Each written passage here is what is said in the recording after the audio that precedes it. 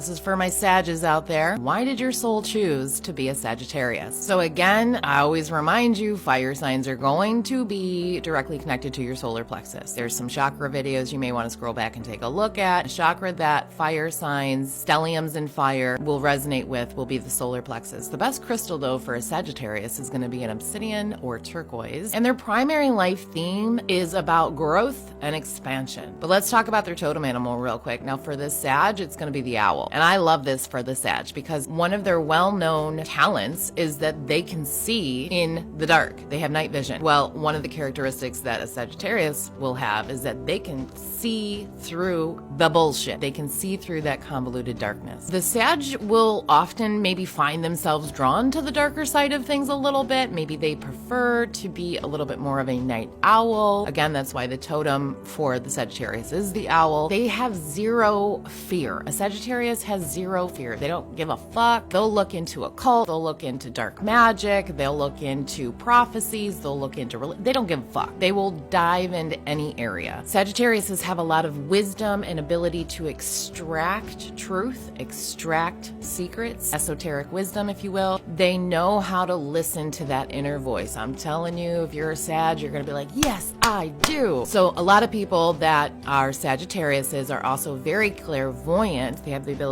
to see within their mind's eye. They've always had this ability. It's really because they have amazing observation skills in both the spiritual and the physical, right? Now, the Sagittarius is kind of like the philosopher of the zodiacs, okay? They have a very active imagination and great ability to focus. They are very intense, okay? Like, I know fire signs are intense in general, but out of all three, I'm gonna say the Sages are the most intense. They have a very strong intuition, again, going back to the clairvoyance, but I'm gonna say it's gonna be all the clairs. They do like to remain grounded. They like to be practical at the same time. They're probably one of the most balanced of the fire signs. They're wonderful at conversations. They're wonderful to be able to adapt. Like, if there was any other totem outside of the owl, I would say it would be the chameleon. They're very versatile people. With this though, it gives them like this grand ability to be able to share this knowledge because they're not scared of the dark shit. They're not going to go out there and use it, I would hope, right? But they're not scared of it. They will learn it and then they will go out there and they will share that knowledge. One of the greatest challenges for a Sagittarius is that they are forever on the move, literally and metaphorically, right? So they tend to be dead set on seeing all they can, experiencing all they can in life. Like when they set up their life, if they were at a buffet, they would have 5 plates overflowing with every sample of the buffet. They don't leave any room for rest. There's a sense of urgency with everything that they have on their plate when they design their life and they choose their experiences. They're very eager to help people to move forward, but this can be very overwhelming in the physical when you're physically experiencing this in life. Like a lot of fire signs, right? Like Aries have an ability to kindle from the bleakest of situations, but Sagittariuses will overcome all odds, which with calmness and confidence and very casual like it was nothing. They have this ability to create effective strategies from the smallest bits of information. Again, that goes back to the solar plexus, right? We kind of often look at somebody that has a sun sign as a Sagittarius or might have a lot of Sagittarius in their placement in their chart to be somebody of great strength and stability, and rightfully so. And this really means for the Sagittarius, they have to learn throughout their life to experience at a decent pace, right? I know that none of them are going to listen to me on that. With the fire signs, it's about experiencing the polar opposite. So if you're a Sagittarius and you're not feeling that you have this great strength and stability yet, just remember you're experiencing the polar opposite right now. Eventually, you're going to get to a point where you trust your instincts, you trust your intuition, and you begin to trust others, because one of the biggest challenges for a Sagittarius as well is about